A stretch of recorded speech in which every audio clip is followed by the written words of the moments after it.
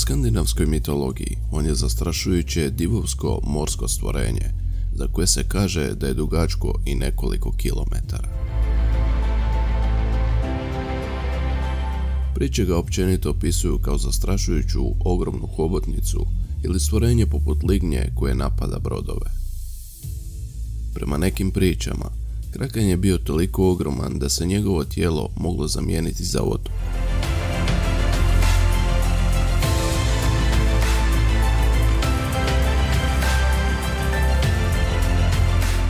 No postoji li ikakva šansa da iza ovih strašnih legendi postoji prava životinja? Ostani do kraja videa i saznaj. Dobrodošli na kanal Mystery Whistler. Ugodno se smjesti jer ovo je priča o krakenu.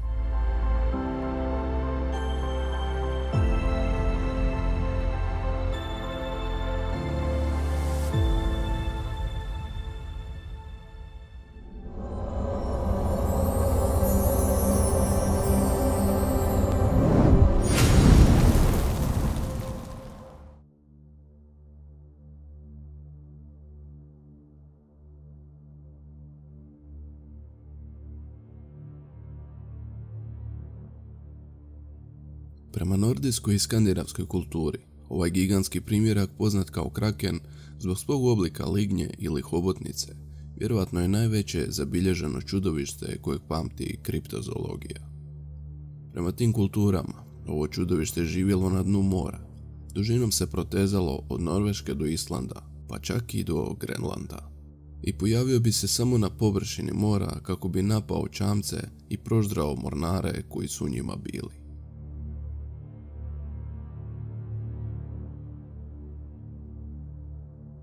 Kraken se prvi put spominje u Orvar Odru, islandskoj sagi iz 13. stoljeća, koja uključuje dva morska čudovišta, Hafgufa i Lyngbakr. Vjeruje se da je Hafgufa referenca na krakena. Otprilike u to vrijeme, oko 1250.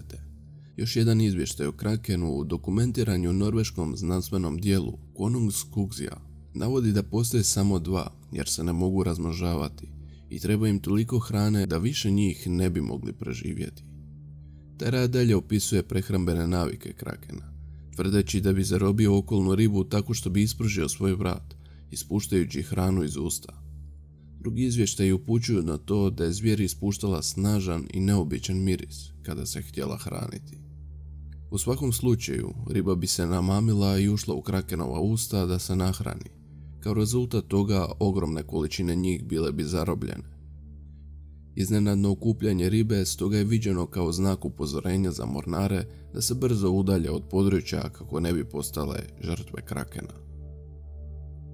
Kraken se također spominje u prvom izdanju sistema Nature iz 1735. godine, a to bi bila klasifikacija živih organizama švedskog botaničara, liječnika i zoologa Carlosa Linneusa.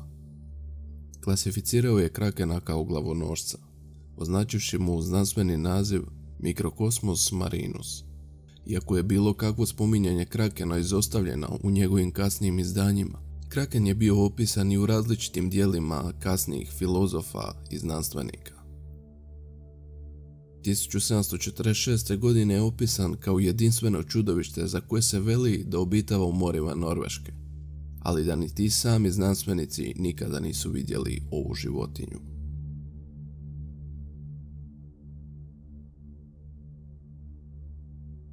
Kraken je bio, ili možda još uvijek jest, divovska lignja snažnih i dugih pipaka, što mu je olakšavalo sposobnost presretanja čamaca i odvlačenja na dno oceana.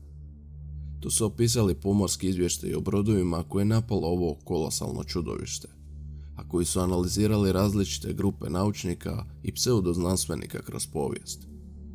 Ovi izvještaji također ukazuju na to da kada kraken nije uspio napasti pipcima, počeo je plivati u krug oko čamca, proizvodeći snažan vrtlog sposoban da potopi čamac kako bi ga zgrabio i progutao njegovu posadu. Svakako, da bi se neko biće moglo smatrati čudovištem, ono mora imati apetit za ljudskim mesom, a za krakena ovo nije bila nepoznanica, jer bi mogao progutati cijelu posadu broda u jednom zalogaju. Međutim, bilo je uobičajeno vidjeti oko ovog zastrašujućeg čudovišta veliki broj riba, koje su padale poput kišnih kapi kada je kraken nasilno napajao more. Iz tog razloga, mnogi hrabri, pa čak i pomalo ludi ribari, iskoristili su ovaj trenutak da se približe zvijeri i dobiju bogat ulov.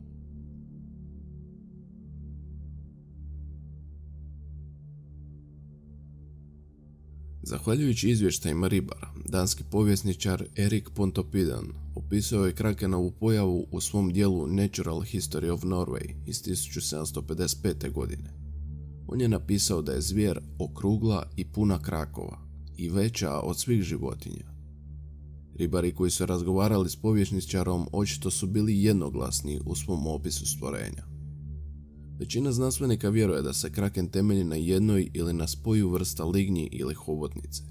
Najpopularnije je vjerovanje da je izgled zvijeri najbliži divovskoj lignji. Međutim, vjeruje se da ove životinje nisu posebno zainteresirane za uspostavljanje kontakta s ljudima. Za razliku od daleko agresivnije, ali mnogo manje, tek veličine čovjeka, Humboldtove lignje. Neki su čak sugerirali da je kraken nastao iz još veće, po masi, orijaške lignje. Ali to je malo vjerovatno budući da one žive u blizini Antarktika, a ne Skandinavije. Iako je kraken obično opisivan da izgleda kao divovska hobotnica ili lignja, na čemu se vjerovatno temelji legendarno čudovište, također je opisan kao stvorenje nalik na raka za koje se vjerovalo da uzrokuje velike vrtloge.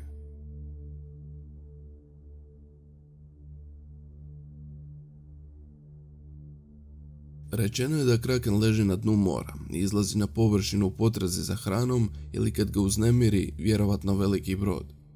Priče su općenito tvrdile da kada ljudi stupe u kontakt s krakenom, sigurno će biti problema.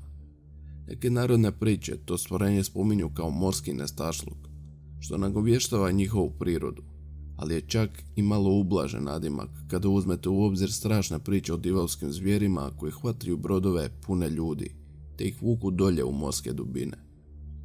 Ako snažni pipci ovog morskog čudovišta ne bi uspjeli povući brod, tada bi navodno brzo plivao u krugovima oko broda i stvarao vrtlog kako bi postigao svoj cilj. Mnogi povjesničari vjeruju da mit o krakenu potječe od divovske lignje. Ako se kraken temelji na divovskoj lignji, to bi moglo objasniti opis ispuštanja hrane, za koje se misli da je prskanje tinte.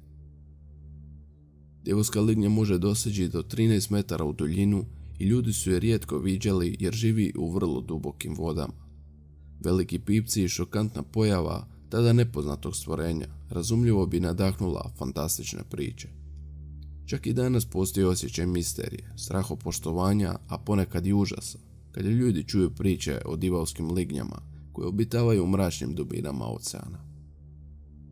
S toliko najdubljih dijelova oceana koje ljudi još uvijek nisu istražili, također je moguće da su priče o krakenu stvorene od nečeg još većeg, drevnijeg i strašnijeg od bilo koje životinje koju danas poznajemo. Uzeću u obzir da je veliki postotak morskog dna još uvijek neistražen, sve ove priče i ovi mitovi na kraju ipak mogu biti istiniti. Nije nam strano da na našoj planeti, a pogotovo u moru, vrlo često otkrivamo zaista ogromne primjerke, možemo čak reći i divove. Uzmimo za primjer takozvanog super krokodila. Ne znam jeste li čuli ikada za njega, ali super krokodil je daleki rođak našeg današnjeg krokodila. Samo što se razlikovao po tome što je bio velik poput autobusa i težio je od 8 do 10 tona. I to nisu mitovi, to nisu priče. Pronađeni su ostaci ovog monstruma. Da ne spominjemo dalje ogromne mrežaste pitone, plavetne kitove i sl. Sve su ovo giganti koji su ili živjeli ili još uvijek žive s nama. Zašto onda ne bi postojala i neka super mega ogromna lignja duboko ispod površine mora? Što vi mislite? Jeste li čuli ikada za krakena i odakle ste čuli? Nadam se da sam vas naučio nešto novo i kvalitetno iskoristio vaše vrijeme. Ostavite svoj komentar. Kao i uvijek pozivam vas i da se pretplatite na kanal i ostavite like ako vam se video svidio. Ako ne, naravno dislike i napiši što nije u redu. Ovo je bio Kraken. Hvala vam na pažnji. Vidimo se uskoro.